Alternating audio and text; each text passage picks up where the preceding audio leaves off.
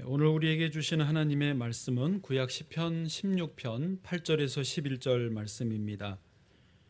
시편 16편 8절에서 11절 하나님의 거룩한 말씀을 제가 다 봉독해 드립니다. 내가 여호와를 항상 내 앞에 모시며 그가 나의 오른쪽에 계심으로 내가 흔들리지 아니하리로다. 이러므로 나의 마음이 기쁘고 나의 영도 즐거워하며 내 육체도 안전히 살리니 이는 주께서 내 영혼을 수월에 버리지 아니하시며 주의 거룩한 자를 멸망시키지 않으실 것임이니이다. 주께서 생명의 길을 내게 보이시리니 주의 앞에는 충만한 기쁨이 있고 주의 오른쪽에는 영원한 즐거움이 있나이다. 아멘. 설명절과 연휴 잘 보내셨지요? 이전보다는 코로나가 거의 끝나서 전보다 많이 모이시고 또 여행도 다녀오시기도 하고 그러신 것 같아요. 안전하게 잘 다녀오셔서 너무 감사합니다. 명절에 부모님 혹은 조부모님 또 숙모님들 이렇게 뵈면서 느낀 점이 있는데 어느새 이렇게 나이가 드셨나 하는 겁니다. 보면 조카들도 다 컸고 또 어르신들은 반면에 너무 쇠하여지시는 거예요. 제가 찾아뵙지는 못했는데 소식을 들으면 어떤 친척분께서는 바깥 출입이 이제 안 되시기도 하고 또 정신이 좀 오락가락 하시기도 한다는 말을 들으면서 좀 놀랍기도 합니다. 저도 이제 나이가 들어가는 모양이에요. 그런 게 들려요. 그런 게 보이고요. 특별히 연세가 많아지실수록 소원이 한 가지 있는데 그게 뭐지요? 몸이 안 아프면 좋겠다. 나이 들면은 어디가 아파도 아파요. 온몸이 다 아프다고 그러시는 집사님도 계시고 다 아파요. 그래서 젊은 사람들을 부러워합니다. 아유, 젊어서 좋겠네. 근데 뭐가 부럽냐면 그 안 아픈 몸이 부러운 거예요. 젊은 때는 안 아프죠. 아픈 게 뭐예요? 이런 말 하면 젊은이들은 전혀 이해를 못 합니다.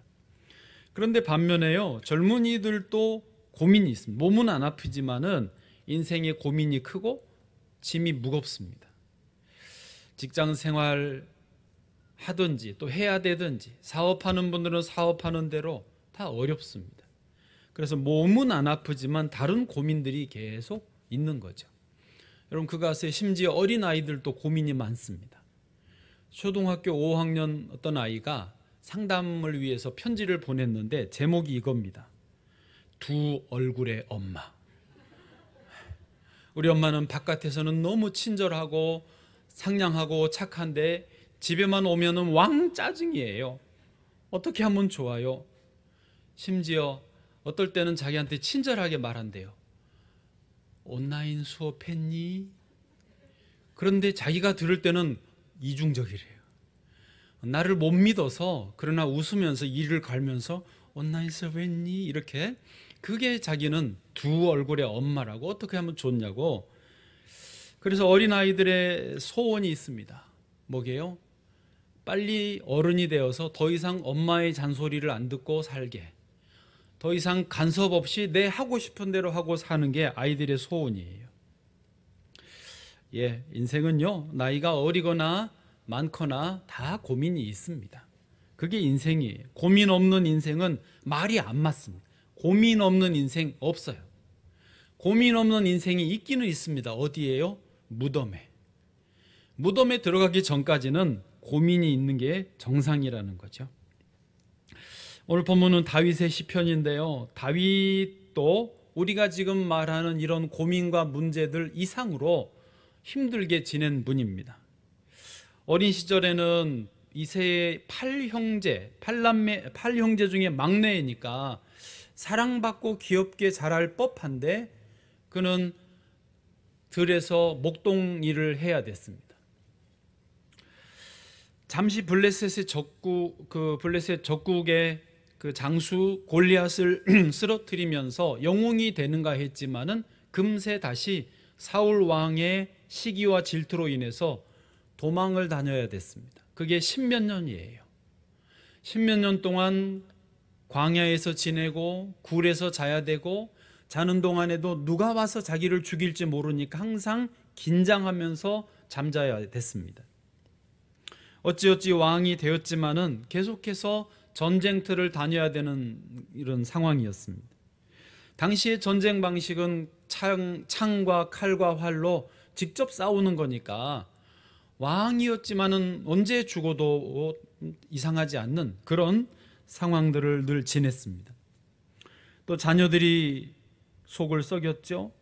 어떤 자녀는 반란을 일으켜서 자기가 맨발로 도망가야 되는 그런 세월들을 지내야 됐습니다. 그러니까 다윗도 평생 고민과 문제 속에 살았다는 것입니다. 그럼에도 불구하고 다윗이 위대한 인생이고 다윗의 별이 지금도 이스라엘의 국기가 된 이유가 한 가지 있습니다. 그게 뭐냐면 오늘 이 시편의 고백처럼 다윗은 생명의 길을 걸었기 때문입니다. 평생 사망의 길이 다윗 옆에 바짝 붙어서 죽일 듯이 덤벼들었지만 다윗은 사망의 길을 넘어서서 언제나 생명의 길을 걸었어요. 생명의 길을 걸을 때 주는 그 혜택을 다 누리며 살았습니다. 그래서 다윗이 위대한 것입니다. 다윗이 말하는 생명의 길이 무엇일까요? 오늘 본문에 있습니다. 오늘 본문의 11절을 좀 먼저 보시겠습니다. 11절 같이 읽으시죠. 시작. 주께서 생명의 길을 내게 보이시리니 주의 앞에는 충만한 기쁨이 있고 주의 오른쪽에는 영원한 즐거움이 있나이다. 아멘. 예, 자기가 고백해요. 주께서 생명의 길을 내게 보이신다. 주의 앞에 기쁨과 오른쪽에 영원한 즐거움이 있다라고 고백하는데 그 생명의 길이 구체적으로 뭐냐? 예, 이제 다시 8절로 가실까요? 8절입니다. 제가 읽어드려 볼게요. 이렇게 생명의 길이라고 묘사합니다. 내가 여호와를 항상 내 앞에 모시며 그가 나의 오른쪽에 계심으로 내가 흔들리지 아니하리로다. 아멘. 예, 다윗이 말하는 생명의 길은 뭐냐면요, 여호와를 항상 자기 앞에 모시고 사는 길이에요. 여호와를 항상 자기 오른편에 모시고 가는 길이 다윗이 표현하는 생명의 길이라는 것입니다. 다윗은 왕이었어요. 그러나 자기 자신에게 왕은 따로 있었습니다. 여호와 하나님입니다. 다윗은 여호와 하나님, 자기가 왕이지만 자기가 또 왕을 모시고 사는 삶에 대해서 불편하다거나 귀찮하다거나 이렇게 번거롭게 생각하지 않았어요. 그는 왜? 생명의 길이고 은혜의 길이고 축복의 길이었기 때문에 언제나 그 길을 걷기를 사모했던 것입니다. 저와 여러분도 그 생명의 길을 걸을 수 있기를 축복합니다. 그러면 다윗이 표현하는 생명의 길을 걸을 때에 누리는 은혜가 뭐냐? 그걸 세 가지로 다윗이 쭉 설명했는데 제가 세 가지로 요약을 합니다. 설교는 주로 세 가지니까요. 첫 번째입니다. 생명의 길을 걸을 때에 누리는 은혜. 첫 번째, 흔들리지 않는다는 것입니다. 방금 읽었던 8절에 그렇게 되어 있습니다. 내가 여호와를 항상 내 앞에 모시며 그가 나의 오른쪽에 계심으로 내가 흔들리지 아니하리로다. 시편 23편에서도 고백하죠. 여호와는 나의 목자시니 내게 부족함이 없으리로다. 엄마가 자녀 교육에 관심이 너무 많으면 아이를 이 학원에 보냈다가 저 학원에 보냈다가 합니다. 아이는 괴로워 죽습니다. 이 동네 어디 가게에 어떤 남편분과 대화하는데 저희 아내하고 대화하면서 제가 전해 들은 말이 그거예요. 이 남편분 말이 자기 아내가 아이의 교육에 관심이 너무 많아가지고 동네 엄마들하고 이야기해서 이 학원이 좋다 그러면 너무 비싸서 남편은 이제 돈 대야 되니까 부담스러운데 무조건 거기를 보내야 된다라는 거예요. 애한테 맞는지 꼭 필요한지 이런 거 상관없이 무조건 보내야 된다 우기니까 남편은 그 돈 대기에 너무 버겁다라는 거예요. 근데 계속 차라리 다 보내면 괜찮은데 또 다른 말을 어디서 듣고 왔는지 또 저 학원으로 옮겨야 된다라는 거예요. 그러면 아니 보낸 거 보내자 그래도 말이 안 통해. 왜? 동네 엄마들의 말이 진리고 법이기 때문에 옮긴다는 거예요. 결국 애가 너무 힘들어하는 모습을 보고 자기도 힘들다. 그래서 저희 아내가 그랬죠. 교회 데리고 나오세요. 아가씨도 이 남자 저 남자 고민하면 결혼하기가 쉽지 않습니다. 이놈이 좋을까 저놈이 좋을까 그 힘들어요. 그 마음을 계속 가지고 있다가 한 사람 택하면 그 결혼 생활도 쉽지 않습니다. 믿음으로 해야 돼요.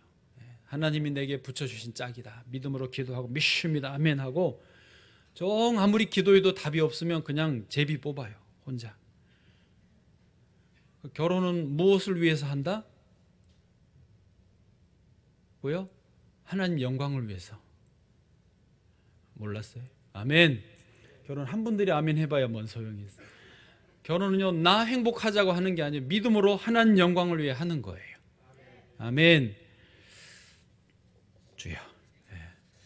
영끌해서 아파트 샀던 분들이 지금 아주 힘들어합니다. 살 때는 가만히 있으면은 엄청 손해 보는 것 같았잖아요.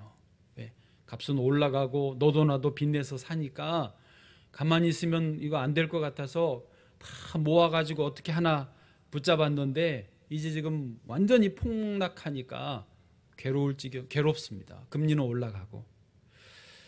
여러분 흔들리지 않는 것, 세상이 아무리 요동쳐도 흔들리지 않는 것은요 좀 답답해 보일지 모르지만 그게 힘입니다. 그게 능력이에요. 아멘. 다 흔들려도 나는 가만히 있을 수 있으면 그게 자산이라고요.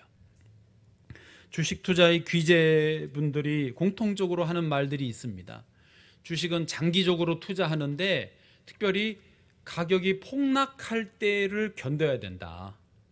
대부분 주식을 사신 분들이 그 가격이 떨어질 때를 못 견딘대요. 그때의 그 감정을 이렇게 표현하던데요. 공포라고. 공포래요. 저는 모르겠어요. 주식을 그렇게 막 안 해봐서. 그런데 산 분들이 막 공포가 왜 막 너무 떨어지니까. 아시죠? 그런데 그 공포를 못 견디고 내다 팔면 이제 그거를 견딜 수 있는 분들이 흔들리지 않는 사람들이 줍줍을 하는 거죠. 다 사고 나중에 바닥치고 다시 올라갈 때가 있거든요. 그러면 그때 팔면 고소득을 돈을 번다는 거예요. 대부분 사람은 그거를 못 견디니까 안 된다는 거죠. 교통사고가 났어요. 암이 찾아왔어요. 누구하고 또 사이가 틀어졌어요. 이런 일이 연달아 발생하면 사람들은 쉽게 이렇게 교회 다니면서도 내게 마가 끼었나? 내게 뭐 애군이 붙었나? 계속 왜 안 좋은 일들이 연달아 나나 그러면서 이게 뭔가 지금 안 좋은 쪽으로 자꾸 간다라고 생각하면서 심각하게 받아들여요. 그래가지고 우리 집사님도 한번 저한테 그런 문제를 상담하신 적이 있어요.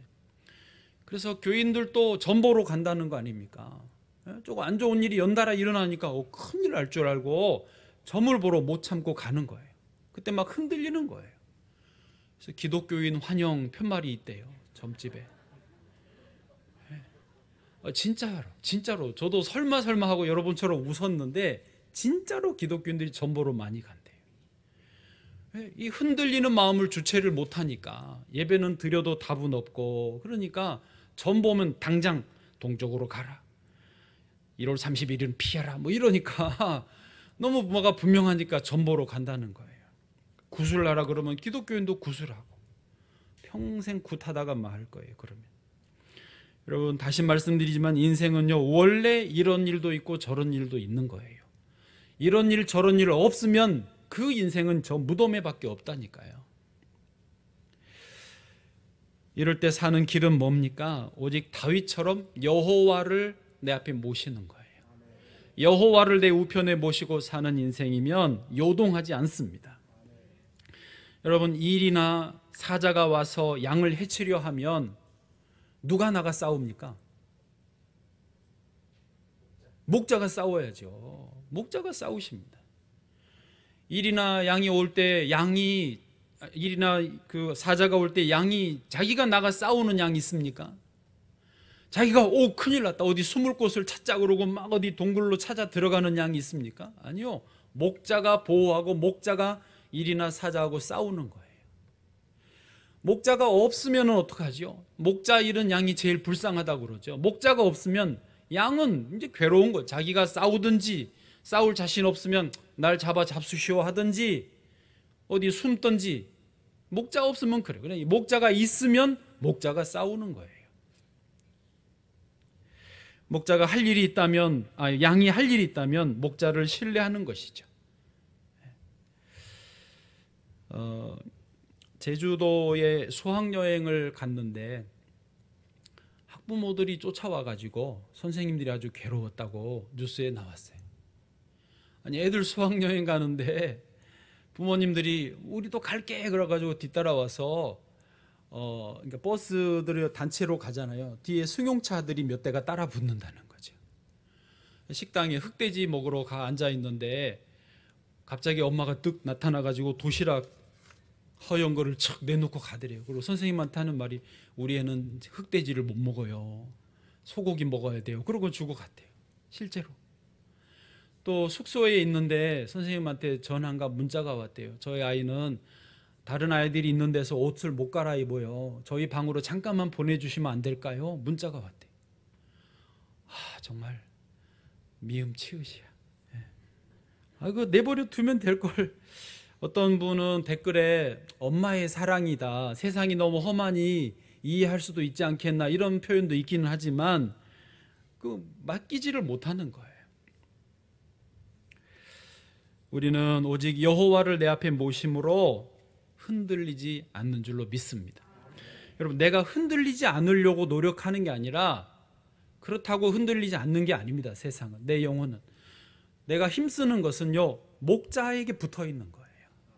여호와를 나의 하나님으로 모시고 바짝 붙어 있는 게 내가 힘쓸 일이고, 흔들리지 않는 것은 그냥 주어지는 선물이라는 거예요. 여호와가 누구십니까? 우리가 붙드는 여호와가 누구시죠? 여호와 이름의 뜻은요, 스스로 있는 분이에요. 누가 그분을 창조하지 않았어요. 그분은 시간의 제한도 받지 않으세요. 여호와는 영원 전부터 영원토록 계시는 분이십니다. 여호와가 세상을 창조하셨어요. 여호와 하나님에 대해서 성경에 여러 표현들이 있지만은 야고보서 1장 17절을 오늘 잠깐만 봐보실까요? 한번 읽어보십시다. 시작. 온갖 좋은 은사와 온전한 선물이 다 위로부터 빛들의 아버지께로부터 내려오나니 그는 변함도 없으시고 회전하는 그림자도 없으시니라. 아멘. 온갖 좋은 은사와 선물이 다 위로부터, 여호와께로부터 우리에게 내려옵니다. 그런데요, 그분이 어떤 분이냐고 설명을 이제 그 다음에 나와 있죠. 변함도 없으시고. 여러분, 세상은 변해요. 사람도 변해요. 조변석계, 아침과 저녁에 달라지는 게 사람이에요. 그러나 여호와는요, 변함이 없으세요. 우리가 그 여호와를 모시는 거고요.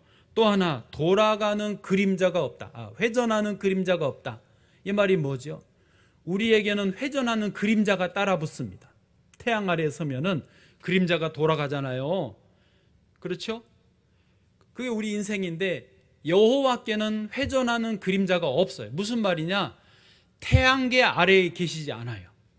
우리가 태양계에 있어야 돌아가는 그림자가 있는데 여호와는 태양계 아래에 있지 않아요. 당연히 은하계 안에도 있지 않아요.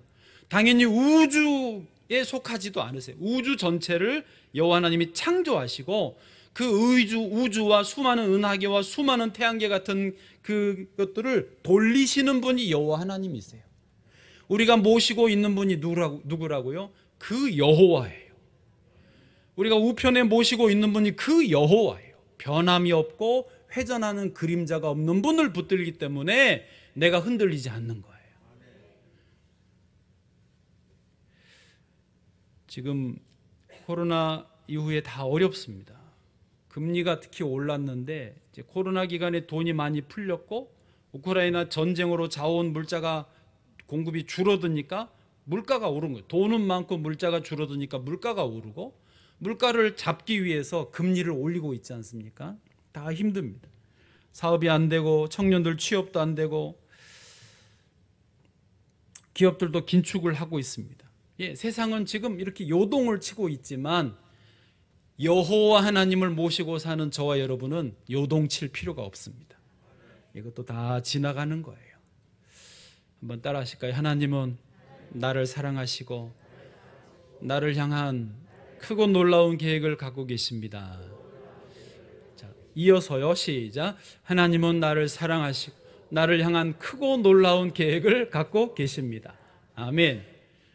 여러분 믿으십시오. 주님을 붙드시기를 축복합니다. 그 생명의 길에서 주시는 첫 번째 은혜, 흔들리지 않는다는 거예요. 두 번째는 뭐냐면 음부에 빠지지 않는다는 것입니다.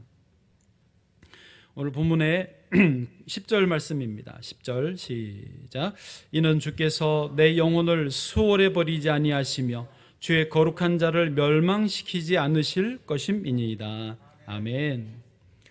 우리 주 예수님은 세상에 빛으로 오셨습니다. 주님을 모신 사람의 길에는 그래서 빛이 항상 비춰지는 것입니다.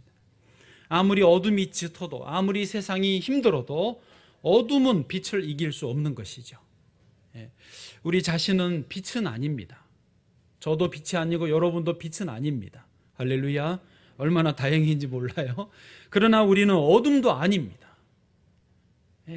우리는 다만 상대적인 존재로 빛이 비춰지느냐 어둠이 비춰지느냐에 따라서 빛된 삶을 살든지 어둠을 살든지 그렇게 갈라지는 것일 뿐입니다. 본래 우리 인간은 하나님의 형상대로 지음 받았기 때문에 빛 가운데 살게 되어 있었습니다.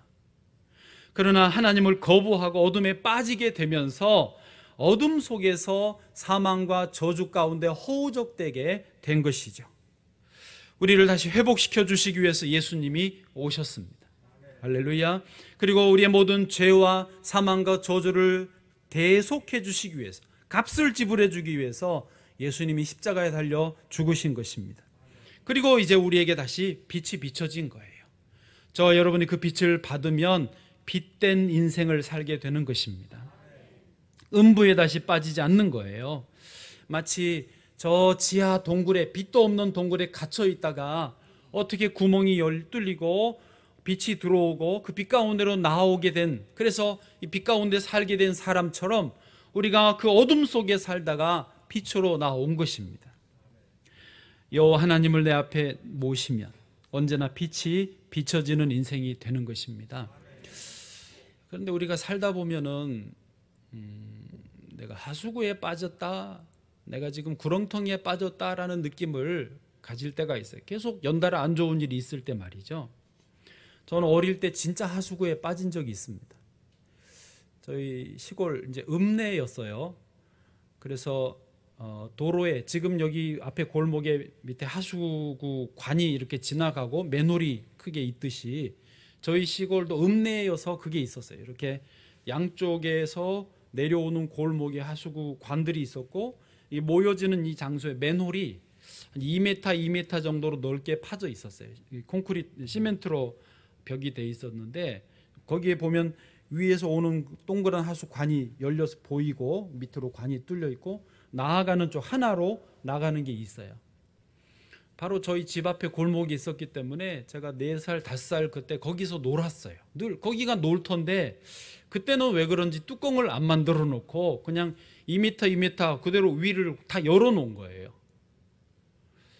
참 그런 시절이 있었어요. 그래서 그때 어릴 때는 거기서 노는 거예요. 엎드려 가지고 막대기 같은 걸로 낚시한다는 그런 자세로 이렇게 놀았는데 어느 날 다른 애들하고 같이 다 엎드려 가지고 이렇게 장난을 치다가 어떻게 한지 모르겠는데 내가 거기에 빠진 거예요. 하수구에 빠진 날.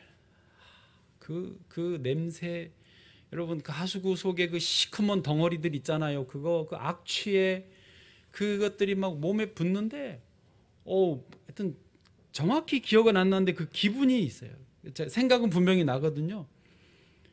막 내가 안에서 이제 우니까 저희 엄마를 부르러 간 거예요. 어머니가 팍 뛰어와가지고 나를 보고 놀래가지고 뛰어내려 들어오신 거예요. 그 하수관에 들어와가지고 저를 건졌어요. 그걸 어떻게 데리고 집에 가가지고, 그때는 화장실 샤워기 이런 게 아니라 바깥에 수도에서 다 씻고 세수하거든요. 세숫대에다가 찬물, 수돗물 해가지고 막 저를 씻기고 이 시커먼 거, 그때도 냄새가 계속 저한테 나더라고요. 저 스스로 느꼈어요. 제가 냄새에 예민해요. 어머니가 저를 막 씻기면서 이놈의 씻기하고 때리는 거예요. 아니, 나도 서러운데 씻기면서 이제 화가 나신 거죠. 아들이 빠지니까. 왜 거기를 들어가가지고. 그냥 씻겨만 주지. 왜 때리고. 하여튼, 그래서 하수구가 빠진 그 기억이 있습니다. 여러분, 내가 인생에서 하수구에 빠졌다는 그런 시간들이 있을지 모릅니다. 그럴 때 스스로 나오기 어려워요. 큰 빚을 졌는데 갚을 길이 없거나, 하는 일마다 안 되고 반복되거나, 사람들에게 거절당하고 아무도 나를 이해해 주지 못하고 도와주지 않을 때에 내가 지금 빠졌구나, 어떤 종류의 하수구든지 빠졌구나 느끼실 수 있습니다. 그럴 때 위를 보시면 주님이 찾아오십니다. 주님이 나를 구해 주시기 위해 내려오시고 하수구 같은 그곳에, 악취나는 아무도 들어오기 싫어하는 그곳에 오셔서 나를 붙들어서 꺼내주시는 줄로 믿습니다. 주의 보혈로 씻겨주시고, 주님은 절대 때리지는 않으실 거예요. 현장에서 가늠하다 잡힌 여인을 사람들이 머리채를 붙들고 끌고 예수님 앞으로 나왔습니다. 그들의 눈에는 아주 살기가 가득하고 또 장난기도, 마치 하이에나처럼 먹잇감을 발견한 그런 눈빛이었습니다. 다 돌멩이 들고 이제 이 나쁜, 이 죄를 지은, 누가 뭐래도 현장범인 이 여인을 돌로 치기 위해서 준비하고 있었습니다. 그래서 예수님이 한 말씀 하시자 다 물러가죠. 너희 중에 죄 없는 자가 먼저 돌로 쳐라. 다 물러갑니다. 예수님도 놀라운 말씀을 하십니다. 나도 너를 정죄하지 않겠다. 다시는 죄를 범하지 마라. 여러분, 우리가 다시 음부에 빠지지 않는 방법이 무엇이겠습니까? 주님을 내 앞에 항상 모시고 사는 길입니다. 빛을 따라가는 거예요. 야구장에 가면 재미있고 신나긴 하지만 빛은 없습니다. 생명의 빛은 오직 교회에만 있습니다. 우리의 구원자이신 예수님, 주님이 늘 내 안에 계시고 주님이 나와 함께 계실 때 우리는 음부에 빠지지 않는 것입니다.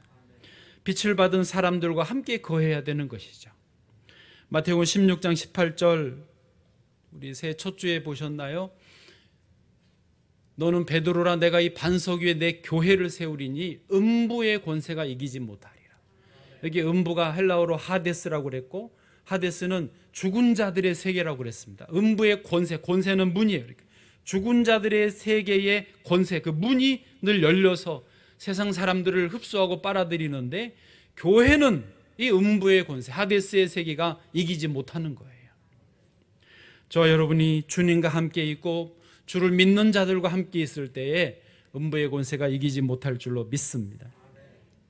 저는 얼마 전에도 그런 일이 있었습니다. 마음에 좀 힘든 일이 있었어요. 어떤 자그마한, 정말 생각해보면 별것 아닌데 그때는 그게 얼마나 마음을 힘들게 하는지요. 마음이 탁 상하니까 기도가 안 되는 거예요. 성경도 안 읽히는 거예요. 찬송을 불러도 이게 따로 노는 거예요. 몇 번을 다시 하고 또 하루를 지내고도 안 풀렸어요. 그래서 이래서 예배를 인도 못하겠다 싶어가지고 다 접고 추워도 산에 갔어요. 등산복 챙겨 입고 지팡이 짚고 여기 따뜻하게 하고 올라갔습니다. 올라가면서 계속 좀 한 가지 힘쓴 게 뭐냐면, 내가 자꾸 그 별거 아닌데, 정말 지나면 별거 아닌 그거를 자꾸 묵상하고 있으니까 그거를 묵상하는 대신에 내 앞에 계신 주님을 바라보려고 하는 거죠. 올라가는 동안 계속 내 앞에 주님이 계십니다. 주님이 내 우편에 계십니다. 계속 그걸 묵상하면서 올라가는 거예요. 그리고는 정상 가는 그 목표 지점에 찍고 내려오는데 이제 제가 신났어요. 주님이 내 안에 충만해지시니까 얼마나 기분이 좋은지요. 막 에너지가 넘치는 거예요. 그 별것도 아닌데 말이죠. 우리가 살다 보면 그렇습니다. 정말 말 한마디, 사소한 눈빛에 괜히 마음 상할 때가 있고, 별것 아닌 일에 눌리고, 돈 몇 푼 때문에 늘 힘들어하고 신경 쓸 때가 얼마나 많습니까? 그러나 그걸 뒤로 하고 주님을 묵상하십시오. 내 앞에 계신 여호와 하나님, 변함없고 돌아가는 그림자도 없으신 주님 여호와를 모시기를 바랍니다. 근데 신나가지고 내려왔어요. 할렐루야. 음부의 권세가 이기지 못하는, 음부에 빠지지 않는 은혜가 있는 줄로 믿습니다. 마지막 세 번째로 기쁨이 충만합니다. 생명의 길, 주님을 모시고 살면 첫 번째가 뭐였습니까? 흔들리지 않아요. 두 번째요, 음부에 빠지지 않아요. 마지막은요, 기쁨이 충만합니다. 기쁘다, 슬프다는 감정의 표현인데요, 혼의 영역입니다. 인간의 3분법, 영, 혼, 육 중에서 혼에서 감정이 표출이 돼요. 더 말씀드리면 혼에서는 더 있는데, 혼의 감정뿐만 아니라 의지 표현, 생각의 표현도 다 혼에서 이루어집니다. 이 혼이 기쁨으로 충만하다는 거예요. 그런데 이제 굳이 그렇게 표현할 수밖에 없어서 하지만은 영과 혼과 육 전체적으로 기쁨과 즐거움이 가득하다라는 말입니다. 생명의 길을 가면은요. 한번 본문 말씀 읽어보실까요? 9절입니다. 9절. 이러므로 나의 마음이 기쁘고, 여기서 마음이 혼이에요. 그 다음에 나의 영도 즐거워하며, 영이죠. 영도 즐겁죠. 육체도 안전히 살리니, 육입니다. 그래서 순서로는 혼, 영, 육. 우리가 쉽게 표현하기는 영, 혼, 육인데 이 세 가지가 다 기쁘고 즐겁고 안전하다는 거예요. 저 여러분이 영혼 육이 기쁘시기를 축복합니다. 11절에도 가면은 또 그렇게 표현되어 있습니다. 주께서 생명의 길을 내게 보이시니, 생명의 길이죠. 그러면 주 앞에는 충만한 기쁨이 있고 주의 오른쪽에는 영원한 즐거움이 있나이다. 이게 우리가 전인격적으로 생명의 길을 걸을 때 기쁨, 즐거움, 건강함이 가득하다라는 것이죠. 요한 3서 2절에 보면 이제 조용기 목사님의 표현으로 삼박자 구원이라고 했는데, 영혼 육이 다 잘 되는 거예요. 사랑하는 자여, 내 영혼이 잘됨 같이 내가 범사에 잘 되고 강건하길, 이건 육이죠. 내가 강구하노라. 예. 그렇습니다. 사람은 영혼 육이 다 건강해야 됩니다. 영혼 육이 다 즐거워야 돼요. 예. 할 수 있으면 다 잘 되시기를 바랍니다. 그래서 이 영혼 육이 다 건강하고 기쁘다라고 하는 것은요, 결국은 얼굴에, 그의 말투에, 그의 몸짓에 표현이 되게 되어 있습니다. 정리하면 생명의 길을 걸으면 그의 얼굴이나 눈빛이나 말투나 행실에서 늘 생기가 있고 생명력이 있고 기쁨이 넘치는 거예요. 사람이 보면 기분이 좋아지는 사람이 있잖아요. 그게 그의 그 안에서 표현이 되는 거예요. 가톨릭대 장성숙 교수님, 상담학으로 명예교수가 되셨고, 이제 그러니까 30년 강의하셨고, 상담으로는 40년을 했는데 한 10만 명 정도를 상담을 했다고 그러시더라고요. 이분이 이제 유튜브에 제가 좀 봤는데, 특히 한국 사람들에 대해서 이제 이야기하시면서 인간관계나 사람이 잘 사는 비결이 있다면 하나가 있는데, 그게 뭐냐면 이제 쉽게 표현해서 사람과 사람 사이에 잘 통하면 된다, 이렇게 요약을 하더라고요. 여러분, 사람이 잘 산다라는 말이 뭐죠? 돈이 많게 잘 산다, 우리는 그렇게 쉽게 생각하지만 그게 아니래요.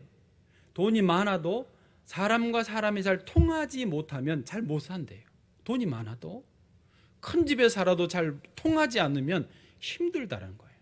그러나 돈이 많고 적고 집이 크든 작든 간에 같이 지내는 사람과 사람 사이에 잘 통하면 그 사람은 어쨌든 잘 산대요. 그래서 잘 산다라는 기준을 사람과 잘 통하는 것으로 잡으시더라고요.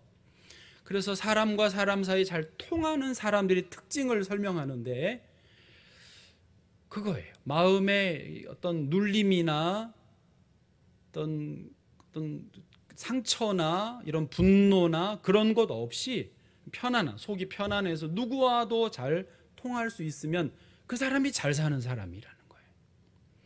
예를 들어서 어릴 때에 아이들이 태어나면은 이제 통하는 거를 처음에 누구랑 하죠? 부모님이랑 하잖아요. 주로 엄마랑 하잖아요. 그래서 아이가 옹알이를 할 때 엄마가 그래 그랬어 그래 쭈쭈쭈 하면서 이렇게 자꾸 응대를 잘 해주면서 아이에게 통하는 법을 처음 대상인 엄마하고 잘 통하는구나, 이게 이제 훈련이 되면 어른이 돼서도 누구와도 잘 통할 수 있다라는 거죠.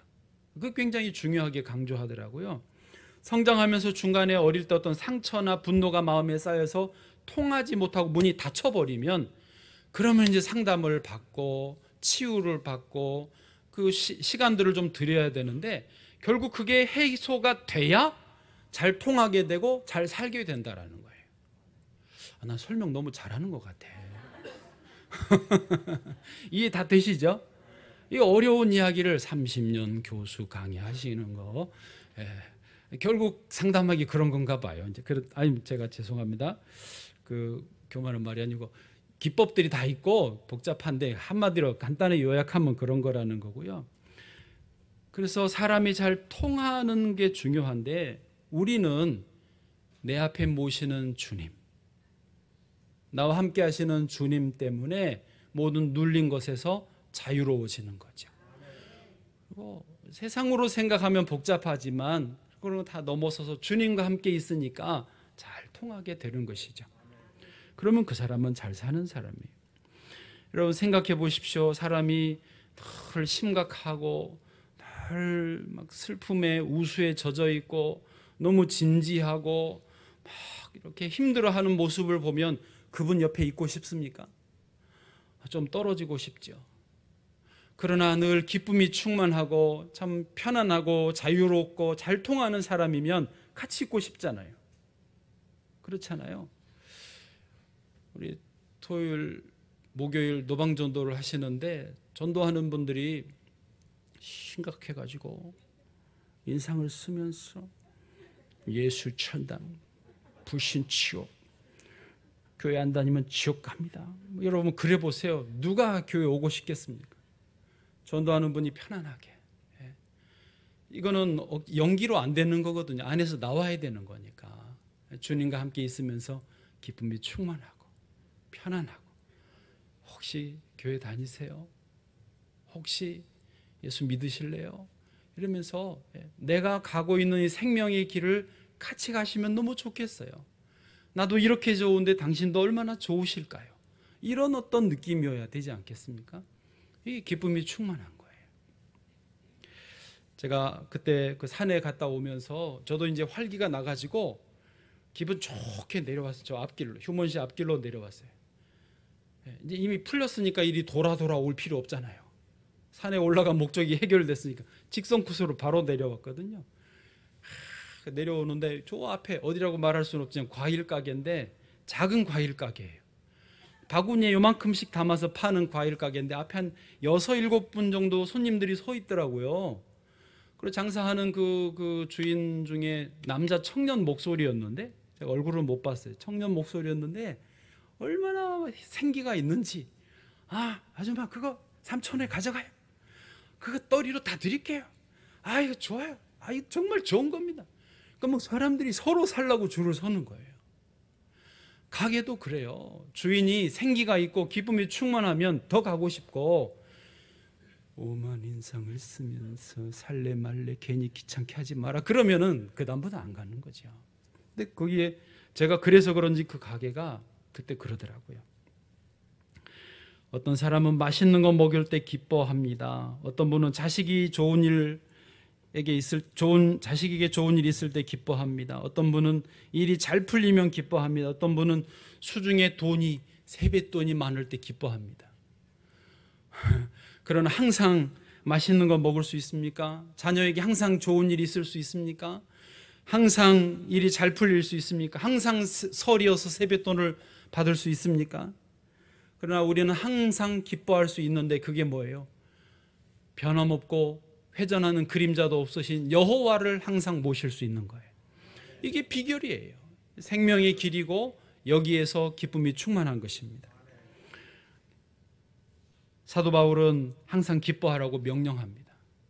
그런데 자기는 정작 감옥에 있잖아요. 상황에 구애 없이, 구애받지 않고 항상 기뻐하는 게 가능한 것은 뭐라고요? 이 생명의 길, 여호와를 내 앞에 모시고 주님이 내 우편에 계시고, 또 성경에 다른 데 보면요, 내가 주님 앞에 있고 내가 주님 우편에 있어요. 그러니까 내 앞에 주님이 계시고 주님 앞에 내가 있고, 내 우편에 주님이 계시고 주님 우편에 내가 있는, 주님과 온전히 동행하는 그 삶을 말하는 것입니다. 그러고 보니까 오늘 성가대 그레이스 찬양대의 찬양도 그것입니다.